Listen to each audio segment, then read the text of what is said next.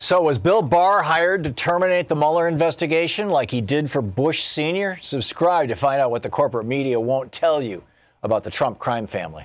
Hey, Howard, what's on your mind today?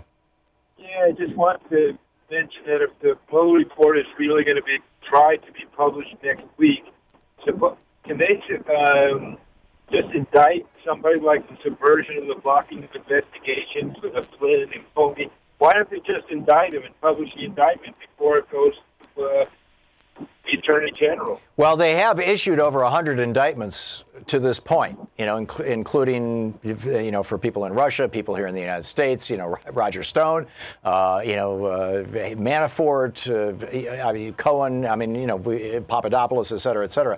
So they have done a lot of that, and a lot of that has informed us about exactly what the crimes are that the Trump crime family has been committing, and that the Trump campaign was committing, and that apparently at least one and probably multiple foreign governments were committing in order to make Donald Trump president. And but that's one possibility. But Howard, and thank you for calling and pointing that out. But the point that I want to go back to over and over and over again, because I don't think it could be emphasized enough because the media refuses to report on it, is you go back and look at the archives in the New York Times for Christmas Day 1992. Christmas Day 1992. It was it was 2 weeks before George Herbert Walker Bush had to leave office.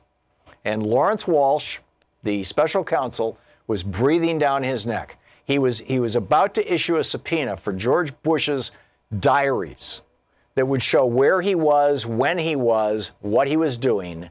And Bush did not want to give those diaries because he knew that he could end up in a federal prison for the Iran-Contra scam, where they cut a deal with the Iranians to hold the hostages and ruin Jimmy Carter's presidency to put Ronald Reagan into office. And then they paid off the Iranians, thank you very much for that, with illegal weapons sales. And then they took the money from those illegal weapons sales and used it to buy weapons and send them down to Central America and send death squads into Nicaragua, Honduras, El Salvador. Elliot Abrams was in the middle of this stuff.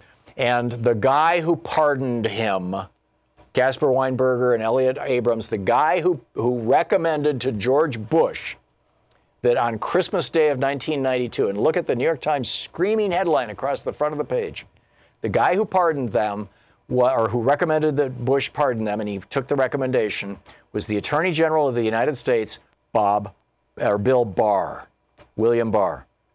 The same William Barr who was sworn in as Attorney General of the United States just a few days ago.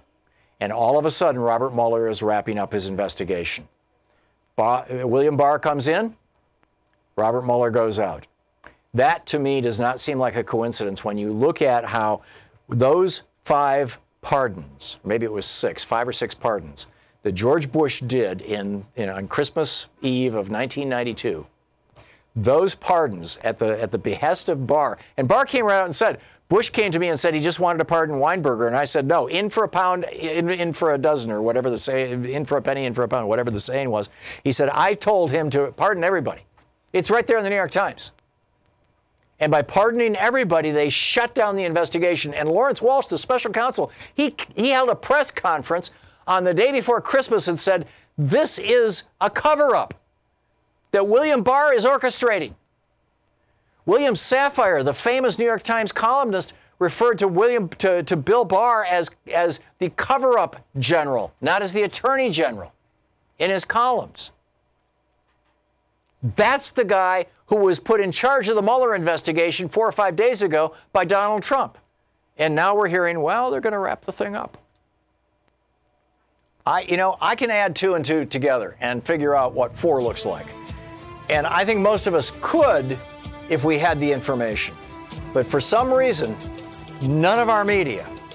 I have heard one mention of this, and this was about 3 weeks ago on Rachel Maddow's show. Outside of that, I have heard no mention of William Barr's role in the get out of jail, in shutting down the investigation into George Bush's role in Iran-Contra on Christmas Day, 1992.